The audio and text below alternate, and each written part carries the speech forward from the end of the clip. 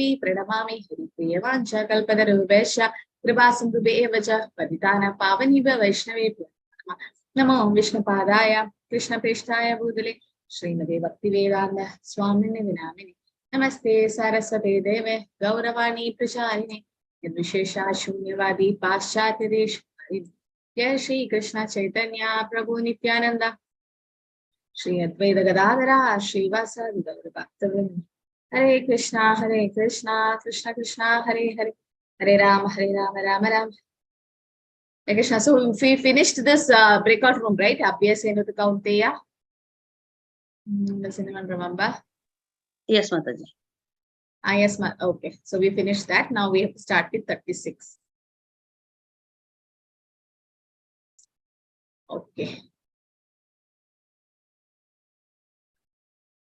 Okay, chapter 6, destination of an unsuccessful yogi. So text 37 to 45 talks about what will happen to an unsuccessful yogi. So there's a link to the previous section. So after understanding the formidability of the obstacles to progress in yoga and after hearing of the process to remove them, Arjuna now become inquisitive to know what happens to someone who fails to continue his endeavor in the yoga practice.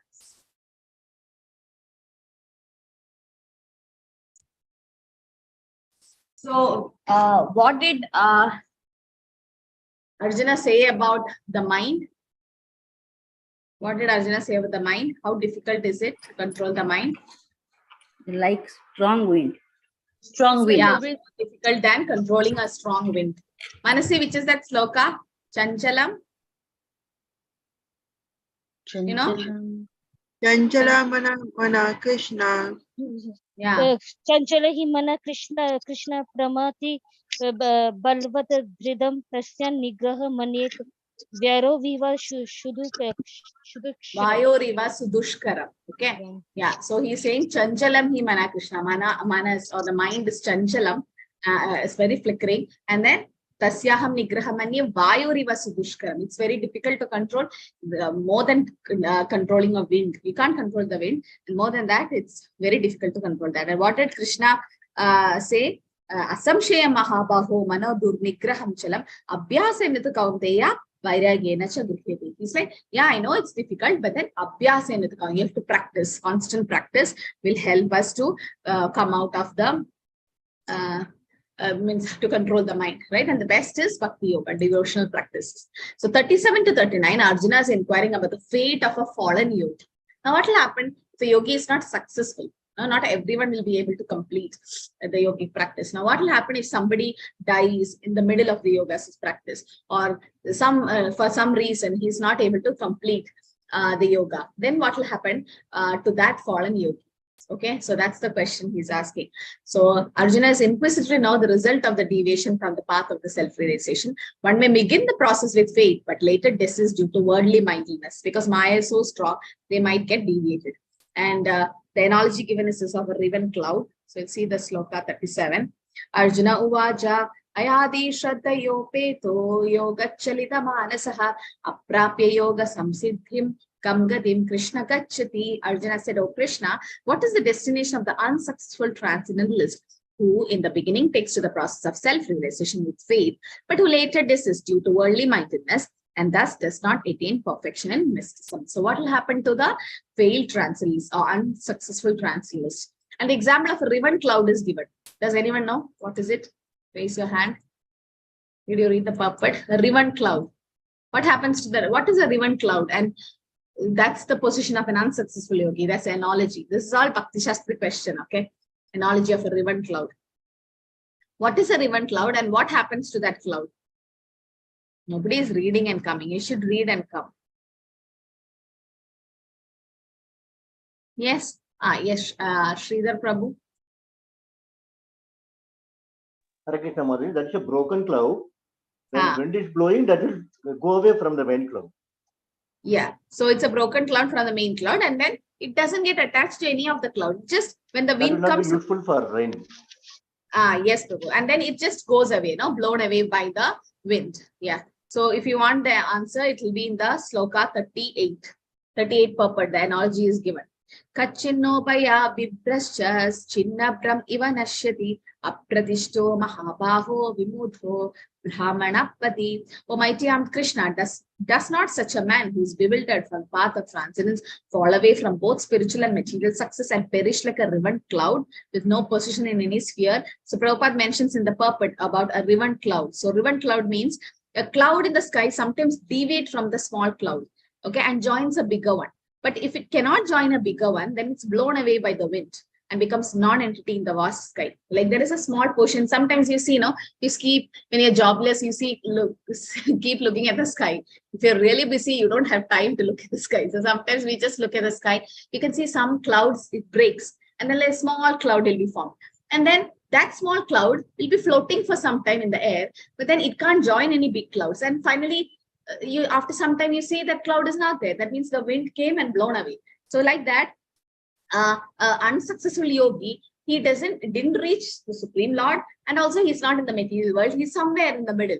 He's so like a riven cloud. That position is nowhere. So he's asking, is that man like a riven cloud where there is no position in any sphere? So Arjuna expresses that only Krishna can dispel this doubt completely. So in the next sloka, Arjuna says, Etanme samshayam Krishna chetumarhasi asheshataha vad anya samshayasyasya chetana hi upapadyate. This is my doubt, O Krishna, and I ask you to dispel it completely. But for you, no one is to be found who can destroy this doubt. Only Krishna can destroy our doubt because he is a perfect knowledge of past, present, and future. He knows everything. And Krishna's representative, Guru, can also dispel all our doubts. Right? So Krishna can dispel the doubts completely. So doubts are sometimes compared to the demons. So that's why Krishna is addressed as Madhusudana, because he killed the demon Madhu. Similarly, Arjuna is having demons like doubts in his mind. He wants Krishna to dispel that. So basic principle of self-realization is knowing that the living entity is not the material body. He is different from the body, and his happiness is in the eternal life of bliss and knowledge. The eternal life is transcendental beyond both body and mind. So there are three paths of self-realization mentioned. There is Jnana Yoga, Ashtanga Yoga, and Bhakti Yoga. Jnana Yoga means path of knowledge. That's not complete. Why do you say Jnana Yoga is not complete? I mean, you can't reach perfection in one life. Why? In Jnana Yoga. Yes, Rajaita Mataji. Why?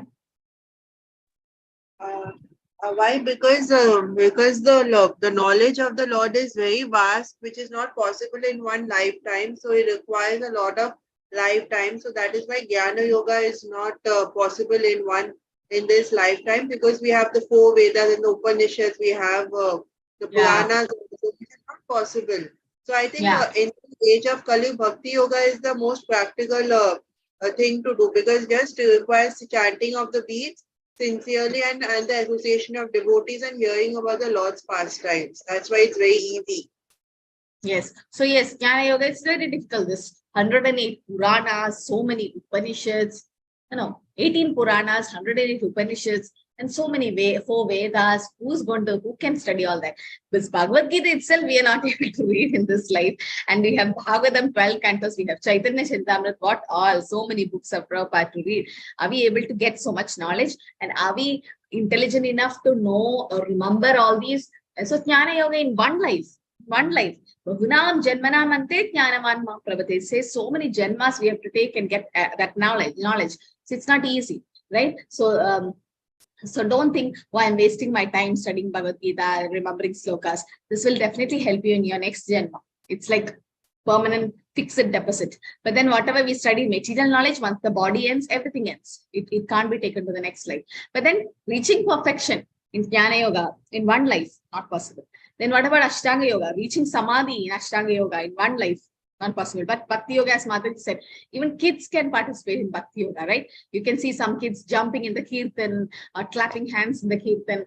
They take prasad, they hear Krishna Katha, and they go to different dham. All this is Bhakti Yoga only, right? So even kid is able to do it. So in one life, as Mataji said, if you sincerely chant the holy name, come to Shuddhanam platform, definitely you can go back in one lifetime. So similarity in this path is that in each process one has to realize the Sambandha, that's our relationship with God, that is Krishna Sambandha. Then what is our activity to re-establish the lost relationship? That is Avideya, that is Bhakti Avideya, and Prema Prayojana. The highest goal is to get love of Godhead. So conclusion is, you can follow any of the three above paths, but one is sure to reach the supreme goal sooner or later. But out of the three, Bhakti Yoga is the best path. Now, sometimes you put your location in the GPS and it will take you through different ways, but it can take you to the shortest route. No, so if there is a shortest route to reach, like you can hold your nose like this. Why do you have to hold like this? So Jnana Yoga and Ashtanga Yoga is like that. No, going like taking a long route and going. Bhakti Yoga is like very easy. Susukam kartum avya. It's very easy to perform, right? So why Bhakti Yoga is the topmost best? It's the most direct method of God realization, because directly you're connected to the Supreme Personality of Godhead. The Jnana Yoga, Ashtanga Yoga is basically Brahman and Paramatma, and all other paths ultimately. So all of the path ultimately culminate in Bhakti Yoga. So that's why Bhakti Yoga is the highest.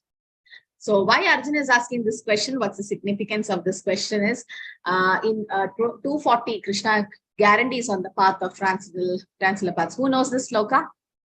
Neha Vikramanasosti. Yes, Manasi. Yes, Mataji. Neha Bhikramanasosti pratyavayo na vidyati swalpamapyasya dharmasya trayate mahato bhayat. Very good. So any small endeavor that's taken in this devotional service, it will save you from great dangers. Like, what do you mean by great dangers? Salpam api dharmasya trayate mahato bhayat. Yes, Supriya Mataji, what is that bhaya? What? The How? worst danger is the cycle of birth and death, Mataji. Very good. Cycle of birth and death. So it will save. And there's one more danger things which it saves us from. Bhakti Yoga, just by chanting Hare Krishna. See, birth, death, it's sometimes the devotees might take Punarjanma. But there's a guarantee that if you chant Hare Krishna even once, there's a guarantee of something. What is it? Bhakti Yoga, I don't know. Could you repeat the question once again? I didn't understand the question. Sonia Mataji, you know? Like it says, right? Small devotional service. Any small service also done in devotion will save you from great dangers. I'm asking, what is that great danger? What danger is awaiting us, and which by doing Bhakti Yoga, even little Bhakti Yoga, with what danger it To will be save us? entangled in the birth and death cycle. Falling down. Of falling Birth down, and death Mataji. cycle. Falling down, birth Falling and down death to cycle. Maya. No, falling down to Maya and all can happen to devotees. But if devotees guarantee that he or she will not go to one abominable thing. Yes, Lavanya Mataji. Mataji, we can get it will prevent one going to a lowest Yes. Like lowest light. places. Huh? Yeah, You're right. Lowest light. demons. What is the lowest? Then what else? This an animal life. Animal life. Very good. Yes. So if you do Swalpam Abhisya Dharmasya Trayade Mahadobhayat, if a human being chanted Hare Krishna once, 100% sure that soul will not go into an animal form of life. Will not. Surety. That's the power of this holy name. That at least once, that is what it is mentioned by saying Trayado Mahato Bhayat. The bhaya of birth, death, old age, disease can happen. Like even devotees take Punarjanma again and again. That's not the real danger. The real danger is going to animal form of life. It is said the greatest danger of human form, the greatest danger in our life is to going into the animal form of life. Why? If you go to animal form of life, again you have to repeat 84 lakh species Janma to come back to human form. You did some sin. Just imagine some sin you did, some great sin. And according to Garuda Puran, you're supposed to get an animal form of life. Okay. Now, if I'm supposed to get an animal form of my soul is supposed to get an animal form of life because I did some sin. Just because I chanted Hare Krishna, I will not get an animal form. I will get a human form only next. So the most dangerous fall or dangerous thing can happen is going into an animal form. Because again, you have to go through all the evolutionary process. So Bhakti Yoga can save you, right? Human form of life is not a guarantee that you will not get animal form next. Just imagine a person who's not at all doing devotional service in this life and become terrorist or do some kind of abominable activities, killing people and so many sinful activities. Will material nature give him a human body next? No, he can go back to an animal form, right? So, but then a devotee is 100% sure that he or she will never go to an animal form of life. Is that a greatest thing?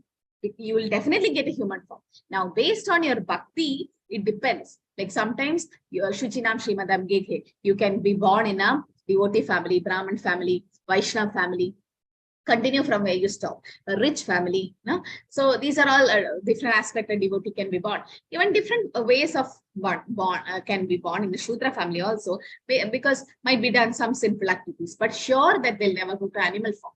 Okay, so that's why this Bhakti Yoga is the highest. Jnana and Ashtanga Yoga are very difficult in this age. We know in Kali Yuga it's not easy. So one may not be sufficiently serious about the following process. So Prabhupada writes, to pursue the transcendental path is more or less to declare war on the illusionary energy of Maya. Consequently, whenever a person tries to escape the clutches of illusionary energy of Maya, she tries to defeat the practitioner by various allurements. So much Maya will test you when you do devotional service especially, but then we should pass the test and go, because Maya is checking whether you're sincere to go to Krishna. So deviation from the transcendental path. A conditioned soul is always allured by the modes of material energy, and there is every chance of being allured again, even while performing transcendentalism. So we'll go to a breakout room. He says, you have to summarize Arjuna's concern, okay, and Krishna's responses in relation to the destination of unsuccessful yogi and deviation from the yoga practice. Okay, now you refer to, don't go to up to 45, just go to few slokas, 37, 38, 39, 40. Now just go a little bit more and just see what is the fate of an unsuccessful yogi. We'll discuss this and then we'll discuss the slokas. Okay, so what is the destination of unsuccessful yogi? Are you able to copy this in the chat? Can someone confirm? Like if I put this question in the chat, will you be able to copy it in your breakout room? Sonia Yes, Mataji, Mataji. oh, Manasi, it right? Yes, Mataji. Okay, so I'll post the question in the chat, and some of you copy it so that you go to the breakout room and copy in the chat of the breakout room. So it's easy. So this is you have to know the destination of unsuccessful yogi. I think after breakout room, Manasi, you can post the attendance link and you can leave. Okay. After Okay, the breakout. Mataji. Yes, I got the link, Mataji. At 8, I will be Oh, posting. you got it? Then no problem. Then she can leave when she wants. Okay.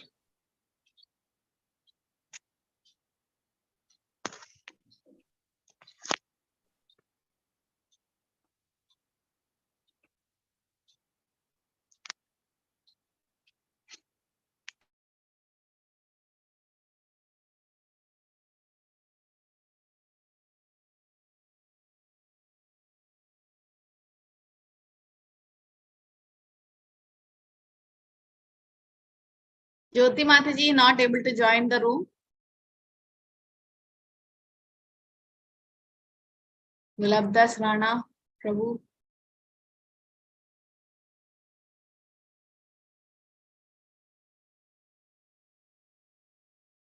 Okay.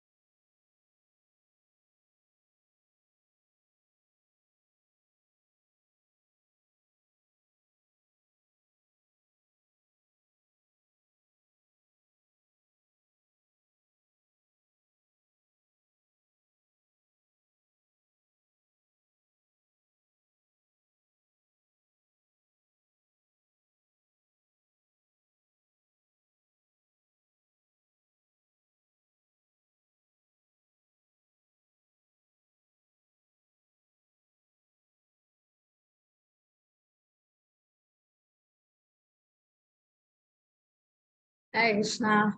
Room number 2 is not back yet. Okay, let's wait for them. And then we will start discussing.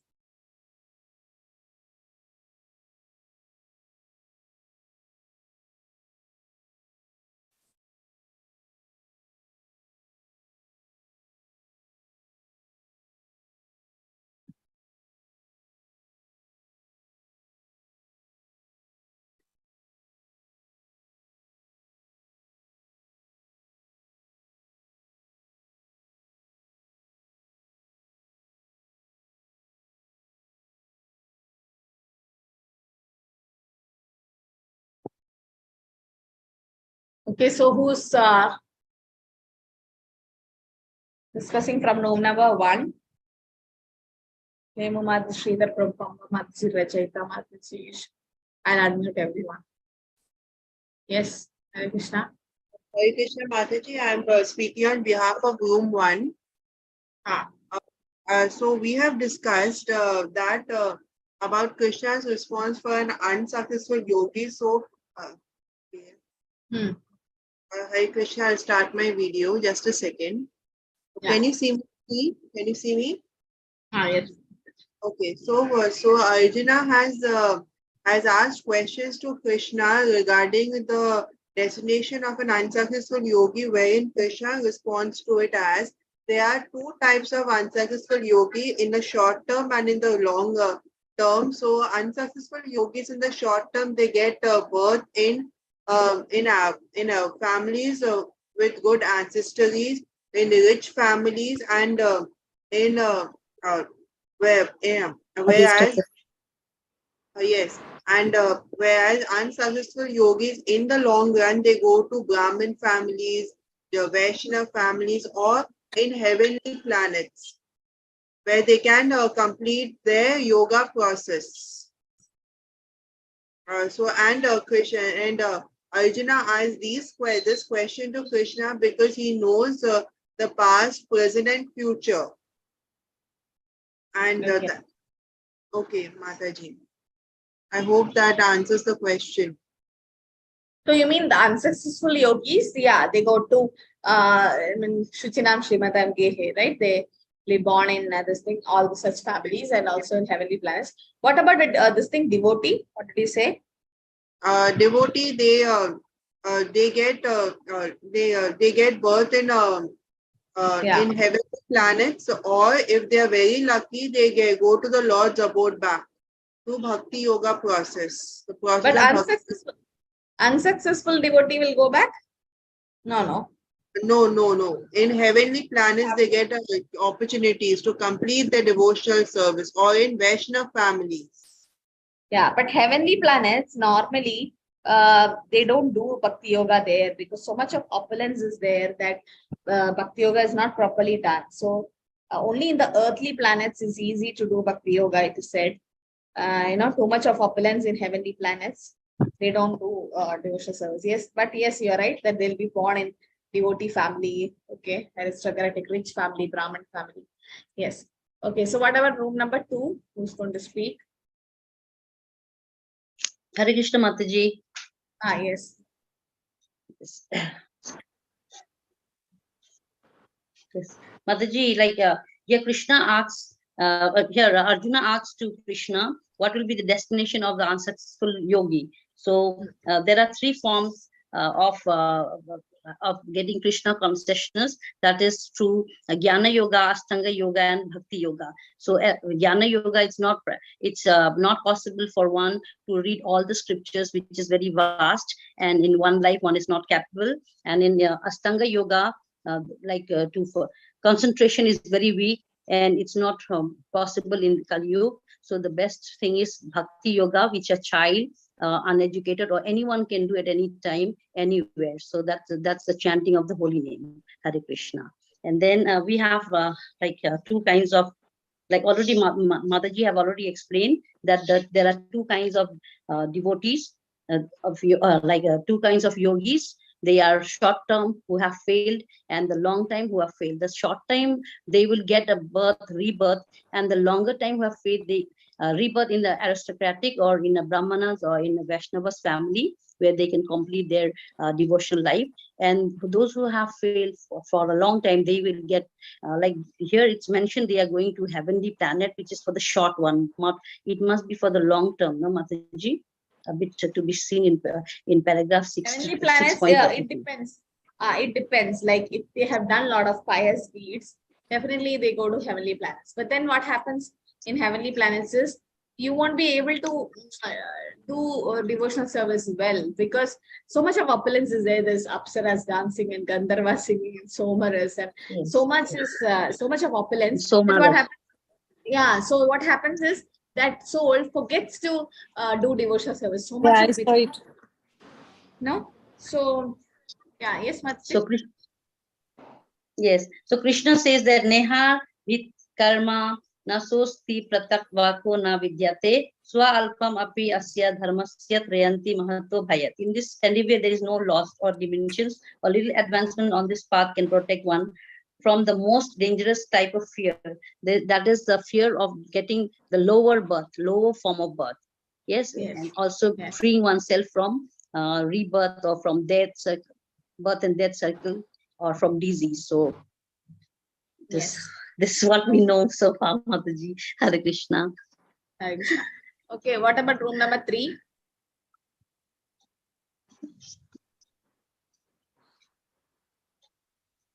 Hare Krishna. Who's speaking? Mataji, Sumit Prabhu. Yeah, Hare Krishna. Mataji, basically, when Arjuna asked for the unsuccessful transcendentalist, so what Krishna has said that it is basically mostly people are like bewildered with the on the path of transcendence. So what happens is basically it's like a riven cloud or the broken cloud, where mostly people actually does not even attain to a particular stage, and the yogis remain unsuccessful, be it short term and long term. Mataji, I just would like to switch off the video because my voice will break. Sorry. Okay, no problem. Yeah. So I'll turn on after I'm finished. Sorry for this. So so what happens is so any unsuccessful what will happen is actually either he will take a birth in the what is called rich aristocrat family, or in a riotous family, or if it is he has actually practiced the yoga for a longer period of time and he is still reached very closer to the transcendentalist, then what will happen is he will take a birth in the transcendentalist family, which is very rare.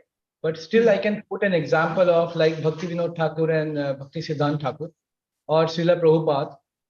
That way, actually, we can quote an example where after doing a lot of practices, that kind of example I can quote. Maybe it is not the right example, but this is one of the, which I wanted to say. Yes, Hare Krishna. So if you go to 6.41, 41 sloka, Shuchinam Srimadam Gehi Yoga Prishto Vijayate, right? So there it is said, the unsuccessful yogi, after many, many years of enjoyment on the planets of pious living and peace, is born to a family of righteous people or into a family of rich aristocracy. Right. And there Prabhupada divides in the purport of 2 classes. One is fallen after little progress, that is short duration and long duration. He says after short period, they go to higher planets, heavenly planets, right? And then they enter. But prolonged duration is sent back to this planet. That means they come back to earth and take birth in the family of righteous Brahmana Vaishnavas. Yes. But Prabhu, like when you quote Acharyas, you've heard Bhakti Saraswati, Bhakti Vinod Thakur are Manjaris. Did you hear that? They are Manjaris. Yes, so, yes, I know. Yeah, so they are not like us who are unsuccessful yogis and then take birth in Shuchinam Srimada Gehe. So we can quote some other devotees, but then the acharyas and all, they are already liberated souls. They are Nitya Siddhas. They are associates of Lord, and they descend just to deliver us. Okay, but then yes, you can quote like Narad Muni is an example. He was born as Dasi Putra. No, he was a son of a maid servant, and then again he became Narad Muni later. So, right, in that case, it is given. And also some other devotees, you can quote some. But then when you quote some acharyas, yeah, Yes, Lakshmi Mataji, want to add something? Acharya is not a right example. In fact, Lakshmi Mataji was saying a different example. In terms of taking a birth, Mataji, I was saying that, but that is not the right example. Yourself. Mataji, Bharat Maharaj, we can take the Jara example. Bharat, Jara Yeah, Bharat, Jara we Bharat. can Jara go Bharat. Bharat. Yes. Jara Yes, Bharat Bharat Maharaj is can mentioned. Yes, and also Mataji, I was giving an example that is quoted in Srimad Bhagavatam, Canto 3, text 33.7, verse 7, that, "O my Lord, the persons who chant the holy names of your Lordship are far advanced in spiritual life. Even if born in families of dog eaters, such chanters have undoubtedly performed all kinds of austerities and sacrifices, bathed in all sacred places, and finished all scriptural studies." We can mention that also, Mataji. Can we? Is that sloka like Aho Badiya Sopacho Kangariya Yes, Mataji. Yes, Mataji. That That is in yeah. Lord Kapila. Kapila is when Kapila Lord Kapila is speaking to is giving the speaking to Devahuti Mataji. Yes. So Yes. here, yeah. So any other examples you can quote? Yes, Bharat Maharaj is a wonderful example to say, like how he was, and you can see like living examples in around us. Like you can see some kid born to a devoted family. You know, sometimes they play nice mridanga, they know nice kirtan. So they're not trained, but they're coming. They are continuing from their previous janma, right? Definitely. So Prabhupada says there are Vaikuntha children. So might be they could not complete the Krishna consciousness in previous janma, and then they came back. Yeah, so the attendance form is shared. Yeah, Soni Mataji, thank you. Okay. So that's what happened. So in 41, that's the sloka is given. So short duration, they go to heavenly planets because they have still some punya to be enjoyed, and they come back again. But then long duration means they're almost to be delivered. Right, so they don't waste their time by going to heavenly planets. They are not sent to heavenly planets. They take birth in right away, like they come as Shuchinam Srimadam Gehe. Okay. And anyone, yes, as Mataji said, chanting the holy name. Yeah. How does it help born in a rich family? Yes, Madhu Prabhu. So what happens is when we are born in rich family, Prabhupada mentions that soul or that kid, whoever is born in rich family, don't have to worry like that of a poor family. Like already their ancestors have made so much opulences that might be like his father, the boy or girl who's born into a rich family, the father will be having a big business. So it's not necessary that the child undergo so much training and so much hard work to get a job, because definitely he or she can take up the position of the MD or the founder of that company, which his father or mother did. So Prabhupada says they don't have to do so much hard work as a person who in a poor family have to do, because maintenance is taken care of. They don't have to worry about food, shelter, clothing, right? Instead, they can think about devotional service in the sense, in order to do peaceful devotional service, you should be, at least your basic needs are met. That means you don't have to completely worry about money. No, but then when you are in a poor family, you have to take care of the family. You should be worried about what to eat tomorrow, and so much hard work and laboring has to be done to acquire wealth, and the whole life goes like that. But the advantage of born in a rich family is that Prabhupada says they don't have to be bothered about their maintenance. Most of the time, what happens, it will be like big business family, and the children can follow that business, take up that business. They don't have to start from scrap. You understood? So that's why it is said born in a rich family. But most of the time what happens, because they are born in a rich family, so much Maya covers them that they don't even do devotional service. No, they get spoiled. So much of opulence, born with a silver spoon. They say what happens, you'll be like completely, you don't value money, because money is so much there with you that so much prideness will come. No, the 4 things a person can be proud of. What are the 4 things a person can be proud of? Does anyone know? Kunti Maharani says to Krishna. Yes, Rachita Mataji, what are the 4 things? First is gold. Gold? Okay. Then I'm asking what Bhagavatam is telling. Yes, we'll ask Prabhu. Janma Aishwarya, Shruti, and Sriya. 4 things. Yeah, Shruta Shri. Good. So Janma Aishwarya Shruta Shri. So Janma means birth. Then Aishwarya is opulence or the wealth. Then Shruta is knowledge. and Shri, beauty. Okay, so the 4 things. Janma Aishwarya Shuddha Shri Vir, Ekamana Tatapuman, Naivarhati Abhijanam, Tvam Akimchana Gochara, Janma Aishwarya Shuddha Shri Vir, Etamana Madapuman. In the sense, if anybody have these 4 things, Janma, born in a very rich, very aristocratic family or a Brahmin family, Janma, then Aishwarya, so much wealth and richness. Then Shruta means so much knowledge or wisdom in a big, nice family of lot of knowledge. Then Shri means beauty. We have these 4 things. Edamana Madapuman. This is enough for you to become proud. If you have at least one of it, you're proud. Just imagine you have all the 4. So it is said that all the 4, if you have all the 4, then you become so much proud of the opulences what we have. So that will not help us in devotional service. But in case if you meet a devotee, pure devotee, then definitely devotional service can happen. Okay.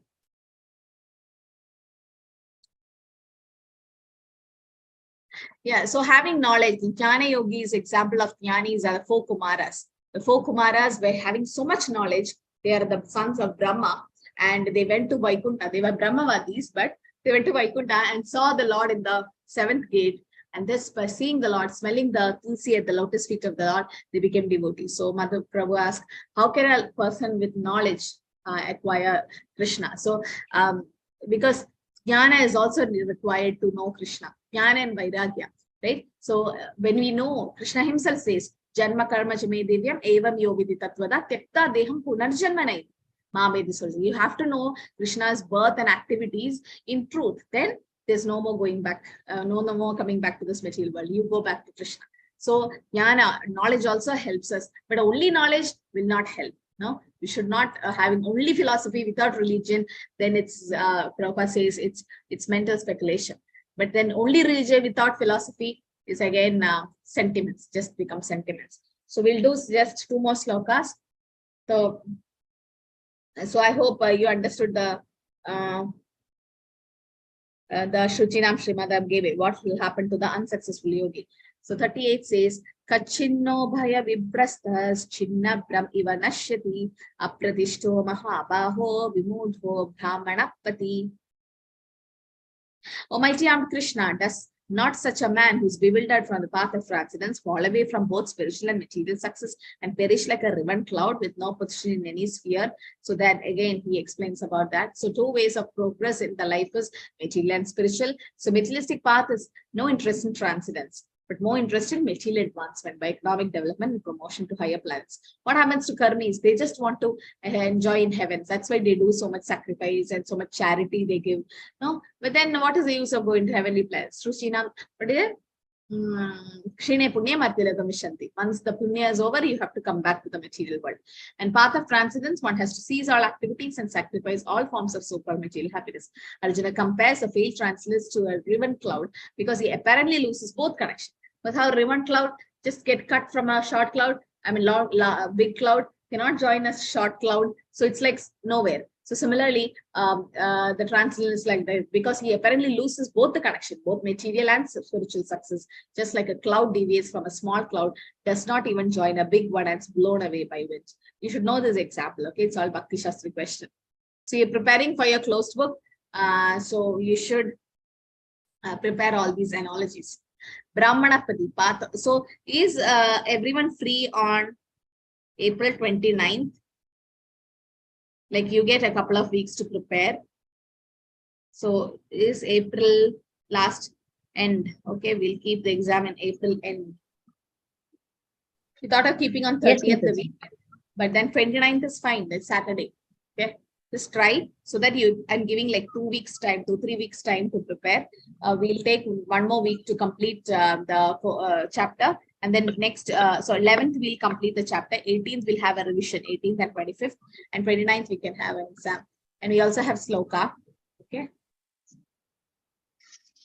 So Arjuna compares a failed transcendence to a riven cloud because he apparently loses both connection. Yeah.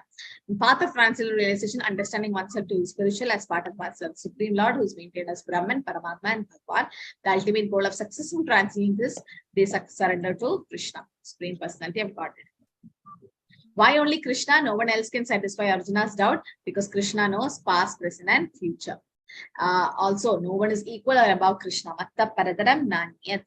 Certainly, the so-called great sages and philosophers who are at the mercy of the material nature cannot equal him. Conclusion is that the verdict of Krishna is final and complete answer to all the doubts because he knows everything, but no one knows him.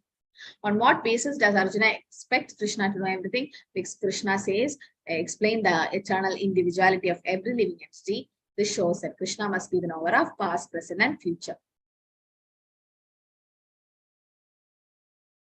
Thus, Arjuna expects him to reveal the future of unsuccessful translators.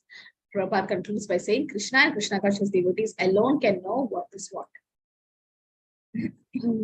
Okay, so 40 we can do next week because I have another class and we'll just take up a couple of questions.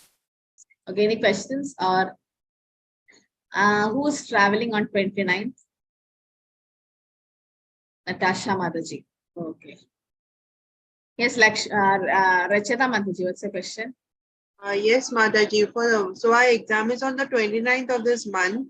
So will it will it be only short book questions or long questions also?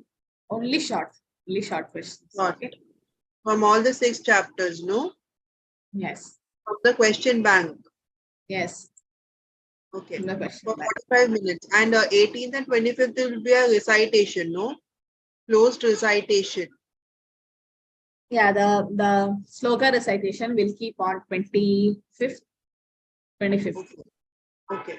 29th, sloka recitation I can take individual. I have like Monday, Tuesday, Thursday, Bhakti Shastri batches. So all the batches will be giving the written exam on one day, Saturday. And the other days, your normal days, I can take the sloka. The sloka will take more time. Yes, ma'am. Lakshmi will it be 7 p.m.? 7 p.m.? Yeah, 7. For shloka and written exam? Written exam, I'll tell you the time. Sloka 7 p.m. Okay. Okay, Mataji. Thank you. Hare Krishna. Yes, Mataji. Hare Krishna, Mataji, can you repeat please the 4 things, the Janma, Aishwarya, Shri, please, Mataji, can you explain that? Janma, Aishwarya, Shruta, Shri. In the sense, birth, there is high birth. Then Aishwarya, that's wealth. Then Shruta means knowledge. And Shri, beauty. So these are the 4 things which, and Kunti Maharani says, whoever have these 4 things, they find it difficult to approach Krishna. Because what happens, they become proud, and to be born in a rich family, naturally they'll be puffed up and proud, and to come to Krishna consciousness will take some time. But then yes, if they're fortunate and if they meet devotees, definitely Krishna will provide facilities. Okay, yes, Jyoti Mataji. So Hare Krishna, Mataji. Thank you, Mataji. Mataji, I wanted to confirm Shaloka's exam is when and written is when? Shloka 25th. Written 25th 29th. at 7 p.m. At 7 p.m. 7 p.m. And written on 29th. Okay. And that time you have to yet decide. Written one. Okay. Yes. Thank you. Yes, Shubham Prabhu. Mataji, how that Janma will give us the pride? Yeah, because Janma, in the sense, born in a Brahmana family, Vaishnava family, like, so they have this Brahman thread, and also what happens, they see those coming from Shudra family and other family as low born, because Brahmanas are considered to be high born, like they are represents the head of the Supreme Personality God, the Shudras represents the leg. But Kalo Shudra Sambhava, everybody is born Shudra in Kali Yuga. But then based on the high birth, they become puffed up and they're proud that, oh, I am a Brahmana, you are a Shudra. Just so that can cause pride. But when we are born in a Shudra, like low family, like Haridas Thakur is from a low family, he became so humble because of that. So, but these 4 things, born in a rich, in a higher caste or a rich family, oh, you are so beautiful and handsome to see, or you have nice knowledge. These are some reasons to become proud. So just a reason. I'm not saying everybody is proud. Like exceptions are there, but then most of the time, what happens? These 4 things will automatically make the person proud because of Maya, because Maya is covering. And but that's not the real thing we should be proud of. We should be proud of becoming a devotee of Krishna. That's the real ego, it says. No. Yes, but devotees should not be proud. Krishna doesn't like when the devotee becomes proud. Yes, Sumit Prabhu. Hare Krishna. Hare Krishna, Mataji. Mataji, I have a similar line of question. In fact, the Aishwarya, you said Aishwarya and Janma Aishwarya and Shruti also, right? So basically, knowledge in terms of, sorry, Mataji. Knowledge. Yeah, knowledge in terms of any knowledge, or is it only there is a difference between the worldly knowledge or the Shastric knowledge? That is where actually I had a question. And even the birth you have already addressed. The knowledge I just wanted to understand. What kind of knowledge people should? I think both. See, if both, it can be both. Like, let me just pull up that sloka so it's easy for you. You see, if you have material knowledge also, there is chance of becoming proud. And in spiritual knowledge also, you've seen Prabhu, like sometimes what happens, they go for a debate, there, for an example, there was a Digvijay Pandit in Chaitanya Charitamrita, you know. See, he used to be like, he knows all the material knowledge as well as spiritual, okay? And he challenged Chaitanya Mahaprabhu himself. Mahaprabhu was Nimai Pandit, and this Digvijay Pandit or Keshav Kashmiri used to go and challenge Mahaprabhu. Yeah, so finally got defeated. He also went to Rupa Goswami, Sanatana Goswami, and finally Jiva Goswami defeated him. So here, this is a sloka. This is Kunti Stuti, first canto, 8th chapter, 26 sloka. Janma Aishwarya Shuddha Shri Vir Etamana Mata Puma Naivarhadi Abhidatum Vetvam Akimchana Gochara Janma Aishwarya Shuddha Shri Vir. So this Janma, that's birth, Aishwarya opulence, Shuddha education, and Shri Vir means beauty. It says that Lordship can be, Krishna can be approached by everyone, but only those who are materially exhausted, that is Akimchana Gochara. But one who is on the path of material progress, trying to improve himself with respectable parentage, great opulence, high education, and bodily beauty, cannot approach Krishna with sincere feeling.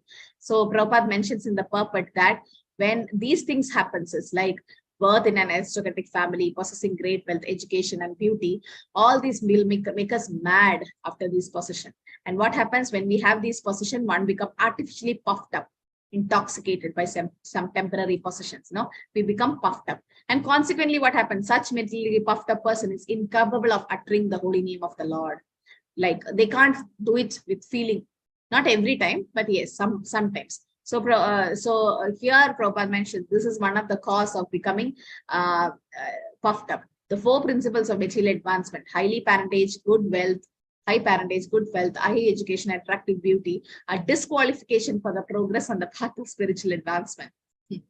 Because what happens? Normally, these people will get puffed up.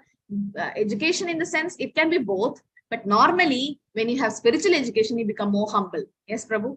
You've seen great devotees, when they have more knowledge of spiritual life, they become more humble, right? The more they know about Krishna, the more they become humble. So mostly this will be material things. This is what Prabhupada mentions. It's material qualification, materially puffed up person. Okay, materially puffed up. So it can be material knowledge, but then spiritual advance becomes, here it says, sometimes it is seen that spiritually advanced person become materially impoverished.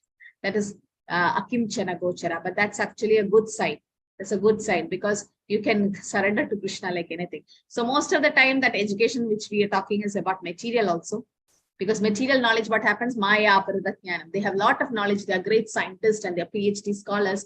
What happens? They don't believe in Shastras and God. That's what we've seen now, because they have science. And so knowledge, that can be a material knowledge. Because I feel those who have spiritual knowledge will not become puffed up, because we know we are not this doer. No? We know that, yeah, Nalakuvera and Manigreva, that's an example of Aishwarya. They had a lot of opulence. But they are the example for all the 4 Vilas Prabhu. Yes, Nalakuvera and Manigreva was having high birth, and because in the Kubera family, and they had a lot of wealth, they were beautiful, and also they had knowledge. But then they fell down. And they became trees after all. So they misused that form of life. So we should, if we are born in any of these 4 criteria are okay with you, in the sense you are born in a great family or a rich family, or all this, you have nice knowledge and all this because of your punya in your previous janma. So we should use it in Krishna service.